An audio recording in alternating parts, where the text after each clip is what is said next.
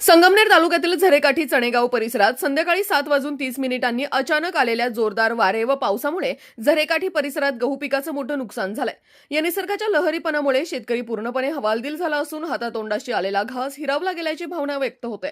विशेषतः काढणीला आलेला गहू आणि कांदा या पिकांना मोठा फटका बसला असून काही ठिकाणी शेतात कापून ठेवलेला तर काही ठिकाणी उभा असलेला गहू पूर्णपणे भिजून मातीमोल झालाय।